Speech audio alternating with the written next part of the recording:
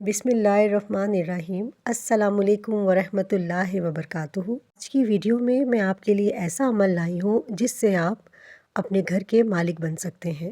तो क्या आप भी किराए के घर में रहते रहते थक चुके हैं? क्या दिल में एक खामोश सी ख्वाहिश है, या अल्लाह बस एक अपना घर जहाँ सुकून हो, जहाँ सजदे हो, जहाँ मेरे बच्चों का मुस्तकबिल महफूज हो? अगर हाँ, तो आज ये वीडियो आखिर तक ज़रूर सुनना, क्योंकि कुरान में एक ऐसी आयत है जो बंदे को सीधा अल्लाह के दर पर खड़ा कर देती है। मैं आपको कुरान मजीद की वो आयत बताती हूँ जो आपने घर के हसूल की ख्वाहिश करते हुए पढ़नी है। इय्याका नअबुदु व इय्याका नस्तईन, सूरह फातिहा आयत नंबर 5। तर्जमा: ए अल्लाह, हम तेरी ही इबादत करते हैं और तुझ ही से मदद मांगते हैं। ये सिर्फ़ एक जुमला नहीं, ये ऐलान बंदगी है। ये कहना कि या अल्लाह, मैं दरवाज़ों पर नहीं जाऊंगी, मैं सहारों पर नहीं टिकूंगी, मैं लोगों के वादों पर नहीं जीऊंगी, मेरी उम्मीद सिर्फ़ तू है। और याद रखें, अल्लाह ख़ुद फरमाता है, वक़ाला रब्बकुम अदऊनी अस्तजिब लकुम, तुम मुझे पुकारो, मैं तुम्हारी दुआ कबूल करूँगा। सूरह गाफिर आयत नंबर 60। आपको मालूम है घर जैसी बड़ी नेमत कैसे मिलती है?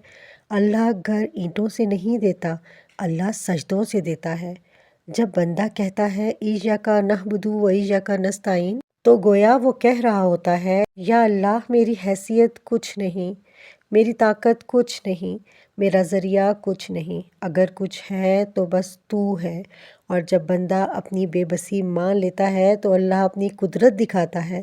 नबी सल्लल्लाहु अलैहि वसल्लम ने फरमाया, अगर तुम अल्लाह पर ऐसा तवक्ल करो जैसा तवक्ल का हक है, तो तुम्हें अल्लाह ऐसे रिस्क दे जैसे परिंदे को देता है।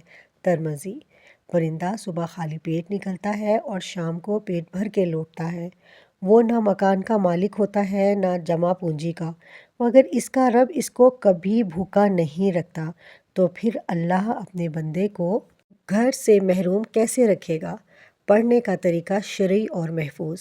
ये कोई जादू नहीं, ना कोई मुकर्रर तादाद का दावा, बस ये अमल करें हर नमाज के बाद। ये कोई जादू नहीं, ना कोई मुकर्रर तादाद का दावा, बस ये अमल करें हर नमाज के बाद, या ख़ास तौर पर तहज्जुद में दिल पर हाथ रखकर कहें इय्याका नअबुदु व इय्याका नस्तईन, और फिर अपनी ज़ुबान में दुआ करें, या अल्लाह, अगर मेरे हक़ में अपना घर बेहतर है तो मेरे लिए इसके रास्ते खोल दे, ऐसे कि मैं भी हैरान रह जाऊं।